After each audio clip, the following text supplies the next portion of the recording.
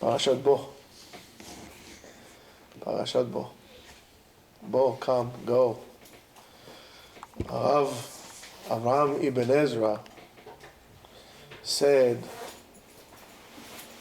that, he said there's a very famous quote, Ha'avar ayin, ha'atid adayin, ve'ahove keheref ayin. He said it like this: the past is gone, the future is not here, and the present is flying by quickly. What's the life of a person?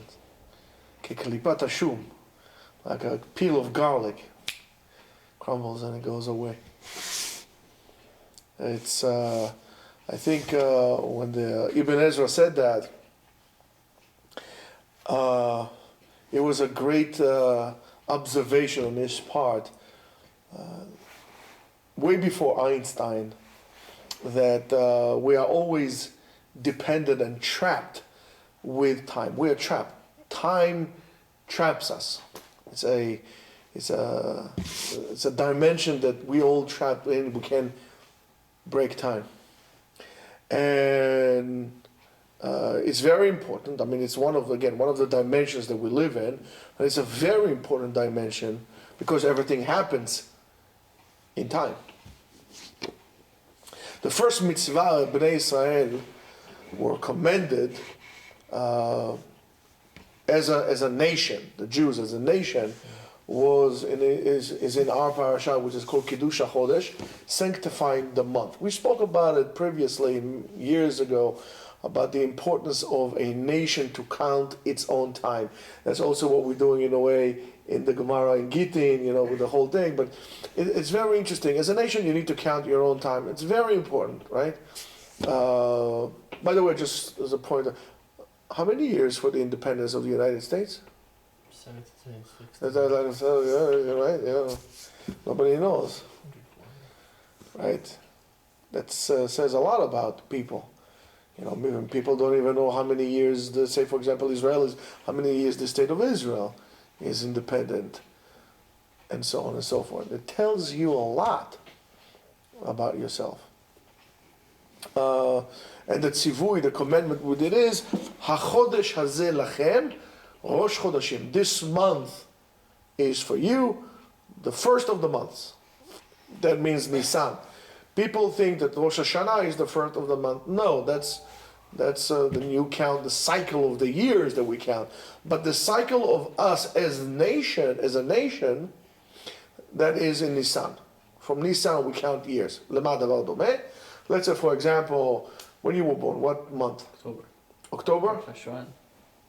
Whatever you want. October or Cheshvan. Let's go with Cheshvan, okay? Well, we could go with October, it doesn't make a difference. So, X amount of years, then you're going to get married, whatever month. You could get married in January, which could be, why January? Let's use a different month. Let's say maybe Iyar, so it'll be good for you, so like this you get married earlier. So, until that point, you're counting your own years as an individual, but from this point on, you're also counting another cycle, that's going to be your anniversary. So our anniversary as a nation, basically what I'm trying to tell you is that the Jewish Independence Day is not somewhere arbitrary in Hey Iyar, like the Israelis celebrate it. Being an Israeli, by the way, it's a religion by itself. We'll talk about it in some other thing. It's not Judaism. Being an Israeli is not Judaism. But that's not for now. It's not in Vav Iyar. I don't celebrate Israeli Independence Day. I don't. I do celebrate Jewish Independence Day. And that's Pesach. That's Pesach. I'm a Jew. Period. Yeah, many people would not tell you that. Many people would not like what I just said. But I said it, what are you going to do? Fight with me. I'll take you down. I don't know, that's what I really believe. So it's very interesting. So we're looking at this thing, and basically what he's telling us is, listen, guys, You need to have an ability to control your own time. You operate as a nation, you gotta have your own time. And this is the ability to control your own time is the first commandment. Very interesting. Why are you telling me this? Tell me Shabbat, tell me Brit Milah, tell me other things, right? But this is what we need to do, which is very interesting. I'll give you a little bit of, it's gonna be a little late, but long, I hope you don't mind. Because I'm gonna give you some overview so you understand. It's two different mindsets. When you look, for example, at the sun, and the sun represents the force that influences, right? It gives us heat and sunlight and stability, right? That we spin around the earth, the earth spins around the sun, and so on and so forth. And to contradict that, we have the moon. The moon represents the power receives, not gives, it receives. Because it doesn't get, the moon does not get its own light, does not generate its own light, it gets it from the sun, so therefore it's always receiving. So basically we have the sun and the moon, one giving, one receiving, one giving, one receiving. Pay attention. The Jewish calendar is a very unique calendar. It's a combination between the solar and the lunar years combined together. The only culture that does that are the Chinese, more or less. Okay. Now, if we look at this, and we adjust, and that's the beauty of the Jewish calendar. We add another month, once every or twice every 7 years. We add another month. In a way, we control the year. And so therefore, because we have two commandments. We have the commandment of Achodesh Hazeh Lachem Rosh Chodashim. This is the beginning of your month. And then the other one, we have Shmor et Chodesh Ha'aviv. We need to keep that Nisan will always fall in spring. So we have to adjust it. Those forces of the sun and the moon represent also other things. Not only what we know. Oh, maybe we forgot. The sun represents what we call the Christian calendar or the Gregorian calendar or civil calendar, whatever you want to call this. By the way, it was established by Pope Gregorius XIII in the year of 1582, based on the Julian calendar that was established by Julius Caesar, the dictator, the emperor of the Roman Empire, the Catholic Church, and the Protestant Church as well, took it and established it as their calendar for religious observance and so on and so forth. And that's called Koach HaNetina VeHashpa'ah, the power of influencing and giving. The holy day, the holiest day of the week for Christians is Sunday. Sunday, which was established by Constantinus, Emperor Constantine, in the year 321, and based on pagan beliefs that the god of the sun controls this day. On the other hand, the moon, which is the crescent, right, which is the sign of Islam.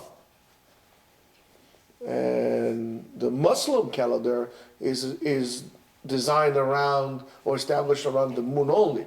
That's why when you have Ramadan Ding Dong, sometimes it can fall in, let's say in the summer. 10 years from now it can fall in the winter because it moves every month. Every year it moves a month. Every year it moves a month. So it's only going to be in the same time every 12 years. And which is the koach that represents the entity that receives and dismisses itself. And the holy day is Friday, that as Rashi, by the way, brings it in Brachot, in Daf Nun Tet Amud Bet, that the beginning of every day, the world, when the creation of the world, a different star, a different star, call it, was in control, so-called, of that day, and Friday started with with the moon, and this is the Tchilat Leil Shishi. Rashi right? Tchilat Leil Shishi Levana. So which one is better? As you can see, there's machloket apoiskim lehavdil between Christianity and Islam. Which one is better? One of the main principles of Christianity is doing acts of what we call chesed, kindness and so-called, is to give and to give and to give and to give and to give and to give, no end. For example, if you go to a real evangelic or real Catholic, and you tell him, I want your, whatever it is that you're wearing, he technically, according to that law, has to give it to you. Believe me, I witnessed such a thing one time. They have to give it to you, right? So it's always giving. Oh, what they say, if you got slapped, what do they say?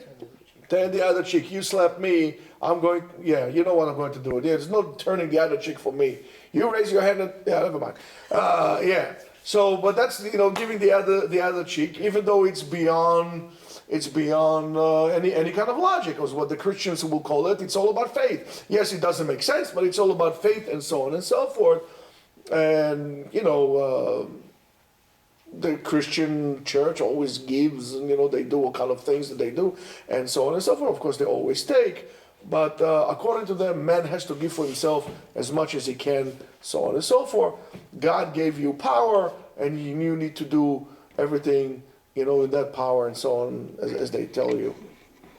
On the opposite of Christianity, you have what we call in Judaism chemla, mercy, and we call it how do we call it? Gemilut chasadim. Gemilut chasadim is very interesting. First of all, ligmol is one of the things is to actually pay back. So, argument's sake, let's say, for example, I see that he needs something. Let's say Ariel needs something. I'm doing gemilut chasadim for him by giving him what he needs, which doesn't make sense. He should be saying thank you to me, but no. In Judaism, the concept is that I should be grateful for him for the opportunity that he gives me to do kindness, to give it for me. So therefore, that's first of all the way we look at it, right? I'm not doing a favor to you. You're doing a favor to me by making me able to give you. So that's one thing. Another word of gemilut or gomlin means that a person, gomlin means we're creating a system of balance here, right? And the system of balance, which means what we call it, how do we call it? Tzedakah. Giving tzedakah. That is tzedek. Tzedek means justice. Yes. When I'm doing tzedakah, I'm doing justice. In other words, the right thing. I'm not giving above and beyond to no end. There's a limit to also how much I have to give. In Judaism, it's not about going haywire about something. It's about knowing the limits and operating within the limits of that were given to us. For example, how much you're allowed to give as charity? Well, you can give 10%, you can give 20%, which is good, right? Chomesh, it's a nice amount. However, do not give more than half. You're limited. But I want to give a lot. Do not give more than half. You're not allowed to give more than half because then you're creating an imbalance in society. You're going to become a burden. And therefore Judaism comes and limits this to you. Right? And that is something that we need to remember. And when we approach the laws of Chachamim that the Torah and the rabbis give us, we have to understand that it's actually helping us, guiding us not to get lost by defining the boundaries and allowing us to play within the boundaries than simply running around all over the place and basically maybe bringing yourself to a self-destruction, right? On the other hand, for example, in Islam, when you have it, is to completely dismantle yourself, to the belief in Muhammad and in Allah. right? To completely dismiss to that, all right, to believe everything the Quran says, and whoever you don't believe word by word, you consider to be infidel. And the result of that, of course, we're going to blow you to smithereens and so on and so forth, right? But the Arabs have as a saying, it says, Kullu min Allah, everything is from God. We're not questioning anything, we're not asking anything, Kullu min Allah, it's obsolete and so on and so forth. Or in Arabic, there's another expression that they say, Yom asal, Yom basal. One day is honey, one day is onion. It is, we don't know what it is, Kullu min Allah, everything is from God. We don't know exactly. In Judaism, it's just the other way around. There is a matter of self-dismissal, but it's not dismissal of the individual, more of like a slave to his master, as it says, Kili b'nei Yisrael avadim avadayhem asher hotzeti otam me'eretz Mitzrayim. HaKadosh Baruch Hu tells us in Vayikra that they, Am Yisrael, are my slaves, in which I took out from Egypt. In other words, we cannot be slaves of another nation. Pay attention. We cannot be slaves of another nation because we are slaves to HaKadosh Baruch Hu in terms of that. So in Judaism, you're allowed to ask questions. In Judaism, you sometimes have to ask questions, right? When HaKadosh Baruch Hu says, get to know me, know who I am, De'u derachai, know me. So therefore, and you're allowed to say in Judaism, listen, I don't understand, or I don't agree with this, or I don't like it. You need to do so, but you're allowed to your opinion. Opinions are very important. That's why, guys, it's very good to be a Jew.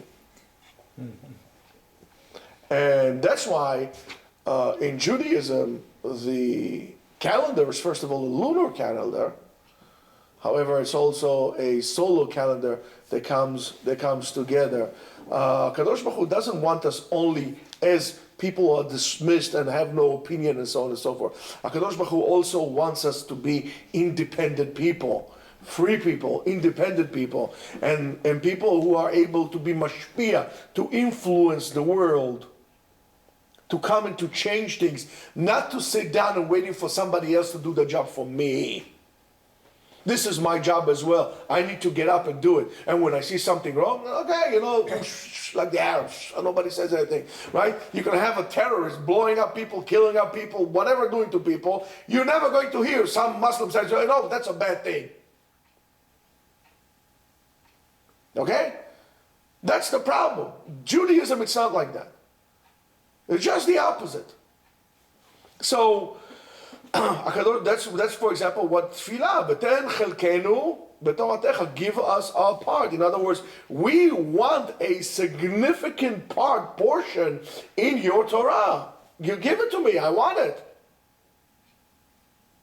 That's a very, very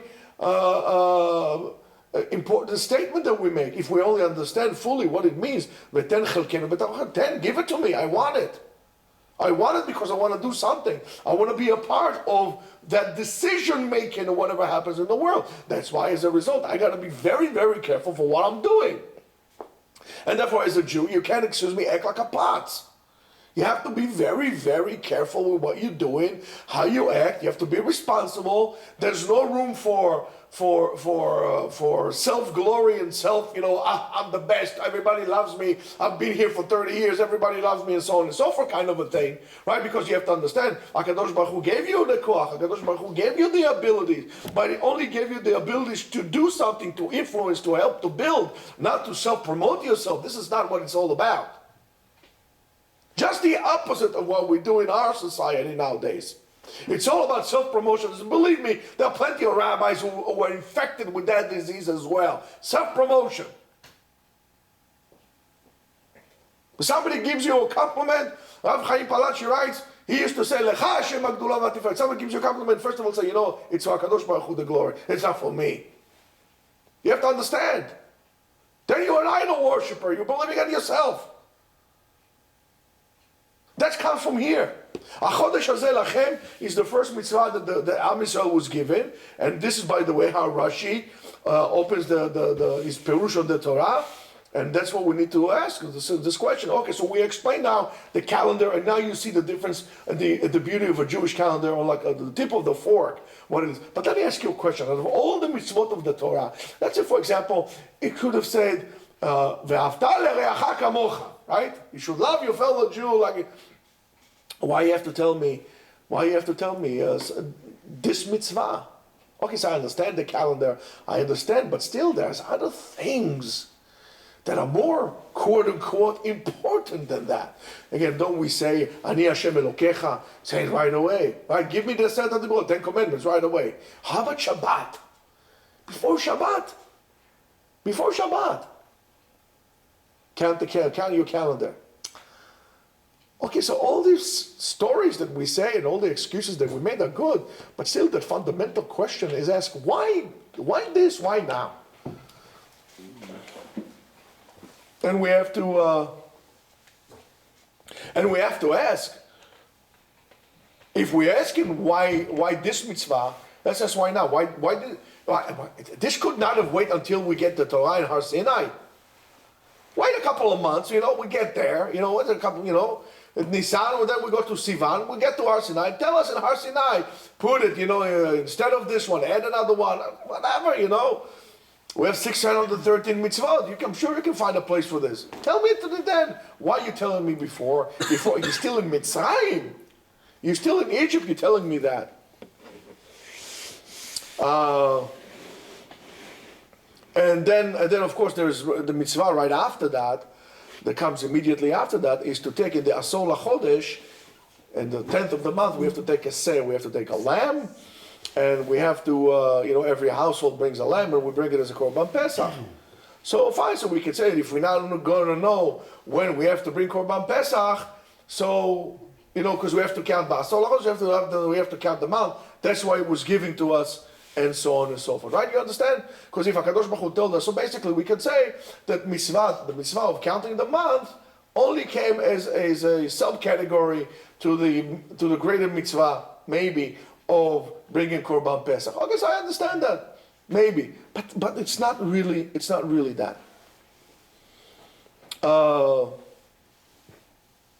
The Midrash in Midrash Tanchuma says the following: "Achodesh hazeh lachem lema davar dameh." What is it like? I'm quoting now. Lemelech shaya lo orlogin, that a king that had a clock, those big grandpa clocks, orlogin. Kevan she'amad bno al pirko, when his son, or maybe he had a golden Rolex or something, or Omega, when his son reached age, he said to him, "Listen, my son, this watch was in my hand until now. From this point on, this is yours." Not for nothing, by the way. We always laugh at that. I don't know what they do nowadays. But when I was bar mitzvah, it was customary to get the bar mitzvah bachar, what? A watch. I never understood. What's the connection between, I guess it's a newer thing, but there's still symbolism to that. What's the connection between giving a bar mitzvah bachor a watch? And then, when do we usually give a watch as a gift again? Wedding? At a wedding. Why? Where are you, Shah of Iran? Where you been? Allah bin barakat. Why do we give watches at those occasions? Is there some kind of a symbolism to that? What is that? Don't ever forget your anniversary. I'm sorry? So you forget your anniversary? Okay, bar mitzvah. No. Okay. Don't be late to school. So he said to him, so this is how it was. HaKadosh Baruch Hu used to sanctify the month, and he used to make all the calculation. Kevan she'amdu Israel, since Am Yisrael is now becoming a nation, he told them, Achshav cheshbonam shel chodashim v'shanim beyadai. The count of the months and years are in my hands. From this point on, this is your responsibility. That's what the Midrash says. In other words, the Midrash tells us, HaKadosh Baruch Hu says, from the time of creating the world, I used to carry this burden on my back, but pay attention, from this point on, the dimension of time is given to you. Man is becoming responsible to time. For example, let's say I need to add a month. So let's say a person is, 80 years old, right? in 80 years, if you take 80, divide it into 7, how do you get? Little accountant, anybody? 11. Little Bechor? 11 point something. How about, let's say 11, okay? Okay, let's call 11. 80 divided by 11. Huh? We're saying 80 divided by 11. 80 divided by 11, yeah. 11 point something. How's 7 point something? 11 point something. By 7, yeah, 11. Say 11, okay, 11. 11, that's 11 times we added another month, at least. Or maybe more. Actually more. More. We added 11, 22 times, 22 months, it's almost 2 years. So basically, we altered time of an 80-year-old in 2 years. So maybe he's actually more or less, but he's not 80 years old. However, we counted years because it's the years, right? Even though it's a year that had 13 months, and it happens, as we said before, twice every 7 years. So we changed the dimension of time. It's not really 80 years, it's more than that. Or less than that, depends how you want to refer to it. So, from now on, man is responsible to time, of time. Pay very close attention. The importance of time is that is the format, time is the format in which a person fulfills his life. Time is very important. But this is only in the condition that man control his time and not time controls man. In other words, you need to be in control of your daily schedule, not the daily schedule control you. Huh? You know where I'm going with this. That might be of a new idea for you, or maybe that's something that you don't want to hear. But that's the truth. And now, Am Yisrael is in Mitzrayim. They are slaves to Paro. They weren't masters of their own time. Right? They're slaves. He tells them when to get up, and they 3 o'clock in the morning, 2 o'clock in the morning, work, sleep, hot, cold. You're a slave. Slavery is horrible. But you're a slave. So, as a slave, your life is not dictated by you, it's been dictated and determined by others, right? But not only his day, right? Also the pace of his life and the shape that his life. For example, if he's going to have a horrible time, he's going to be like an out slave that works in the cotton fields all day long. It's going to be one miserable life. And if you're going to be the in-house slave, maybe more pleasant. But even that is not determined by you, it's determined by your master. And therefore, it's not a wonder that Am Yisrael actually sunk in Egypt in 49 guests of Tum'ah, even though he kept his Jewish identity, because in the way, Am Yisrael was not in control of what is happening to him. And now, we are not only talking about the nation of Israel, we're also talking about the individual of the nation of Israel, and that, Rabotai, includes you.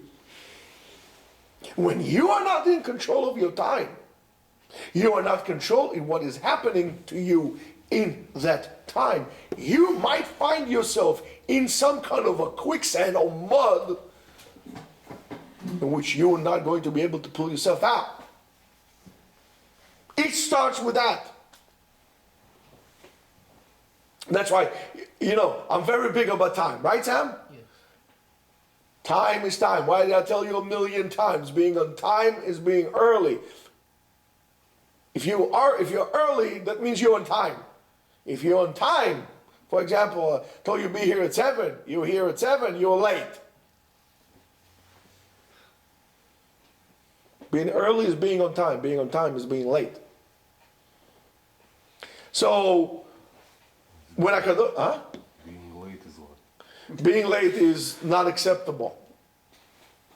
Being late is not acceptable. Being late means you're not in control of your time.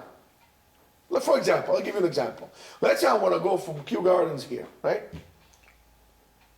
You get stuck in Somebody determined to you, if I can go on the highway, straight on the highway, no problem, from my house, on the highway, be here in no time. But guess what? Somebody controls my time coming here. How?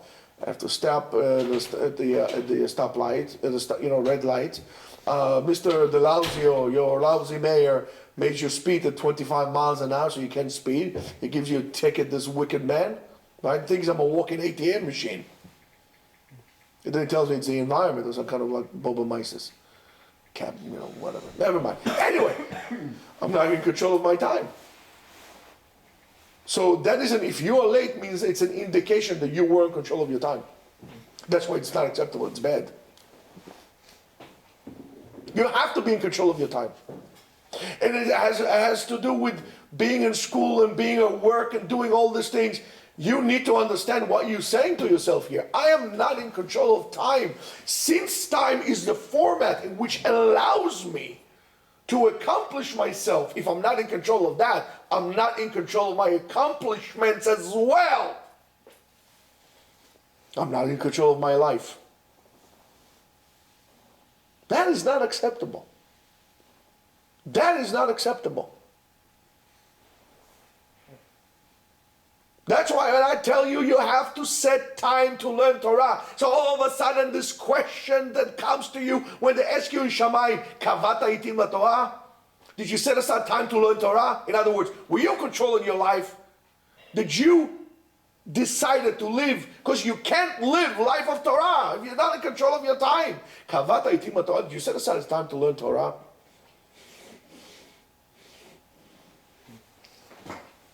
Your Torah is the focal point of your life. Not just because, you're going to go to hell, all kind of abominations like that. Because if you can't do that, you can't control the time. You can't control your time, you can't control your life. So when HaKadosh Baruch Hu was about to give Am Yisrael Torah, when HaKadosh Baruch Hu was about to give Am Yisrael the mitzvot, therefore, he saw that the thing that has to come even before giving the Torah mitzvot, while they are still in Egypt, is to tell them that the situation in which they are at would become very quickly irreversible if they will go to the 49th gate, finish it, and go to the 50th, it would be irreversible. There was a little grain of hope there. A window of opportunity. You gotta get out. How you gonna get out? I'll tell you how. Start counting your time. The time is going to, and again, as we said, the first sign of freedom is determine your own time. I don't feel like going to work today. I'll stay home. Are you in that situation? When you pick a job, think about it. When you pick a job, do you pick a job that allows you the most freedom, or you have somewhere in the back of your mind a mentality of a slave? You want somebody to make decisions for you? You call it capitalist, call it socialist, call it whatever you want. I call it freedom. Do you want to be free, or you don't want to be free? How many times I've told you, get jobs in which I can only speak for myself. I cannot, and I did work for other people, but I just can't because it's stupid. If I'm going to fail, I want it to be my failure. And if I'm going to succeed, I want it to be my success. I'm not looking to hide behind somebody's back if things go bad. I'm willing to take the blame for it myself. However, if I succeed, I want the success to be mine, not yours. I don't mind sharing if you want to work with me. But you're not going to determine my life, how to do things, or how not to do things. That's very important. You can learn a lot about yourselves and the darkest places in your being by asking yourself, what kind of job am I looking for? What kind of life am I looking for? If I want to take a vacation and go somewhere, I'll do it. And if I don't, which I haven't in I don't know how many years, 15 years, I haven't gone with my wife to a vacation, me and her, I don't know when. I don't remember. But it was my choice. That's why I don't resent it. It's my choice. I don't want to work for somebody who says, okay, the office is closed for the next 2 weeks, you're going on vacation now, but I don't want to go down. Nobody's asking you.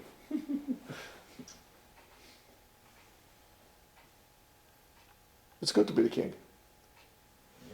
Do you understand what I'm saying to you? This is all for you to observe and to question yourself. What are you doing with yourself? I'm cramping for school, for college. Who said you need to cramp? Who said? Do you really utilize the time appropriately? No. If you do things appropriately, it would not happen. You realize that even though it's 24 hours a day, there are many fragments of those 24. How many fragments are there in 24 hours? Endless. Yes, there are 24 hours, but how many fragments of milliseconds are there? Endless. And you could determine how to allocate this time if you are free, if you have that free mindset.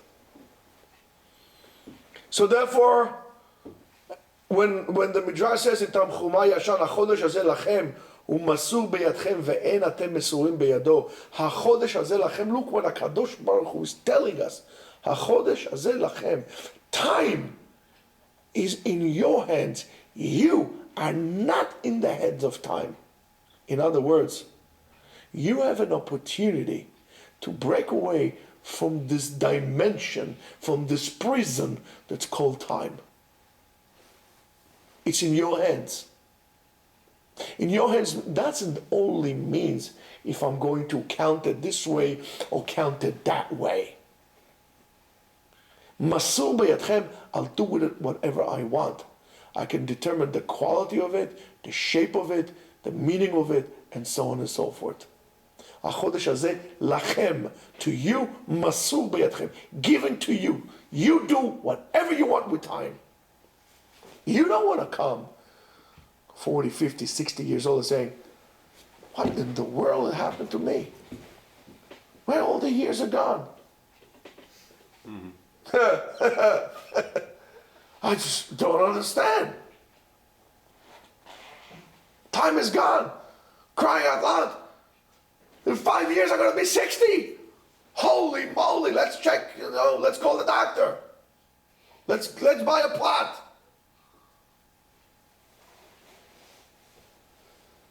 Rabotai, who is the master here? Who is the master? Who's the servant? Is time there oppressing you? Or you are there to utilize time to accomplish what you need to accomplish? Is time serving you? Or, not for nothing to say, are you serving time?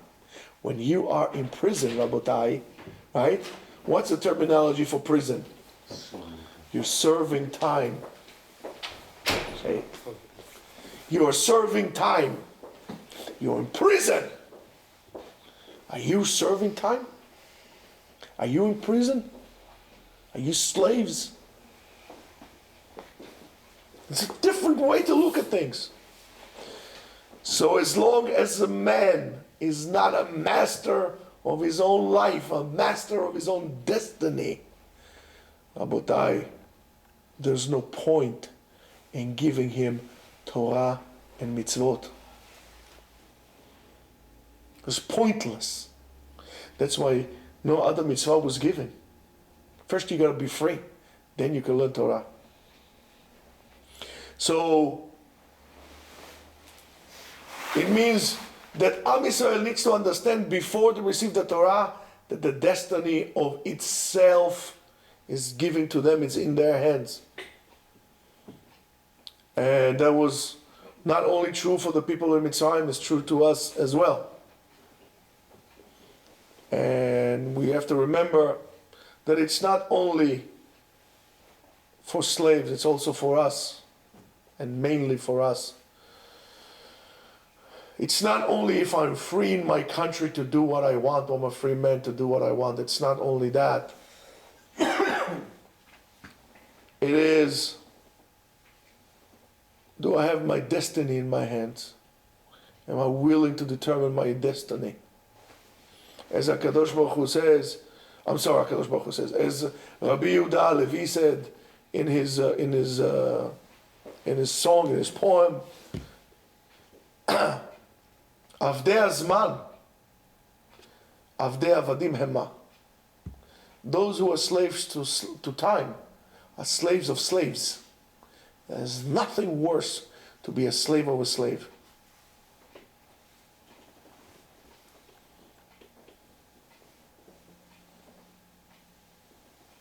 And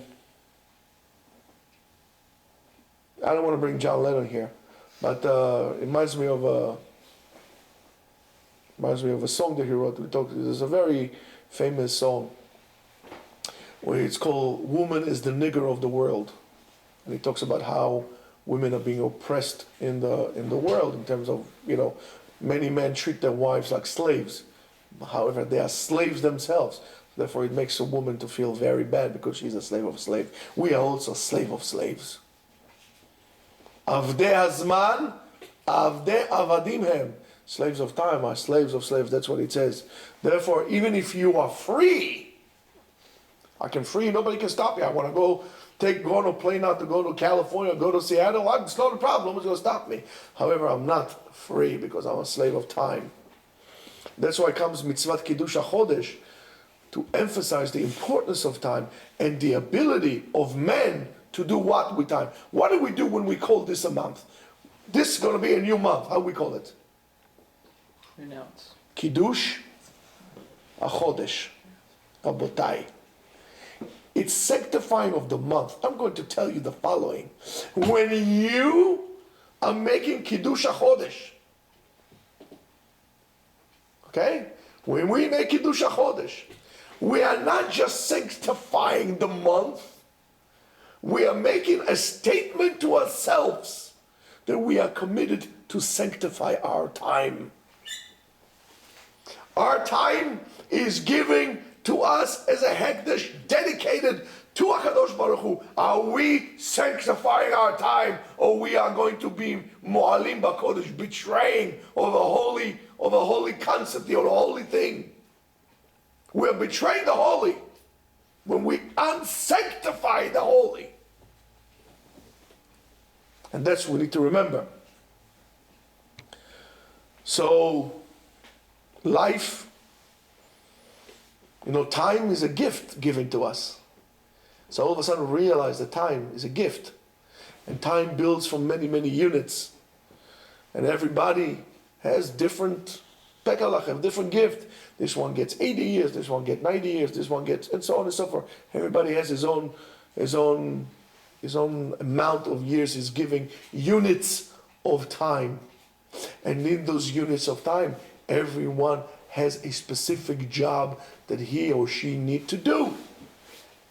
And that's the meaning that we need to find to fill those units of time with meaning based of getting to know what our job really is.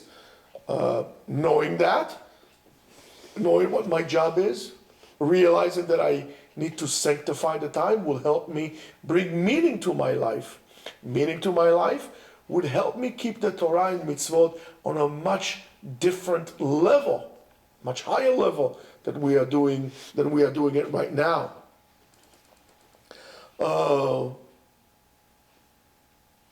There's always going to be mistakes that a person makes in his life. Oh, we almost there. Always going to be mistakes that a person make because of the limitations that we all have as humans and so on and so forth. Or sometimes because of our lack of ability to identify between the difference between good and bad, between lie and the truth. And that's why comes the Torah, and the top of mitzvot gave us the illuminating light of sanctifying our time, or we call it Kiddush HaChodesh,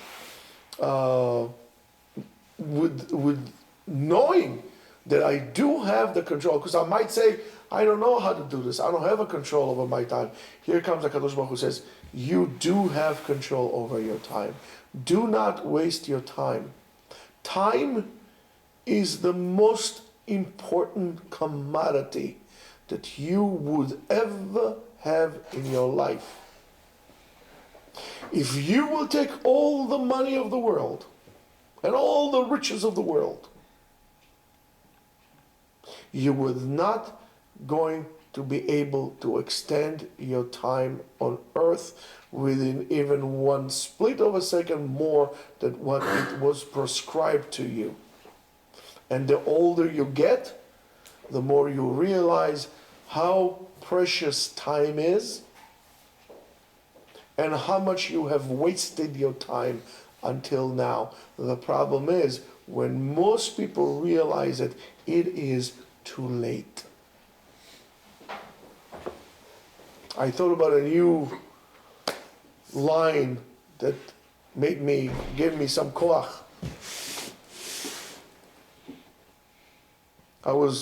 They put you the anesthesia here. So I'm about to go out. I say Shema Yisrael. I say, because I don't know what's going to happen. After this, I might wake up in a different place, if you know what I mean. Say, hello, shalom aleichem malachim, how are you? Say, shalom, I don't know. So I said Shema Yisrael. And as I'm drifting into the world of anesthesia, I said, it goes in Hebrew. In order to lengthen your life, you need to appreciate your life. In Hebrew it sounds better. Al menat le'ha'arich et chayecha, alecha le'ha'arich et chayecha. In order to lengthen your time, you got to appreciate your time. And when you appreciate your time, you'll be able to sanctify it, because the minute is gone, and is gone forever. The moment is important. The action of the moment is important. Your destiny is in your hand. Guys, don't screw up. Shabbat Shalom. Shabbat Shalom.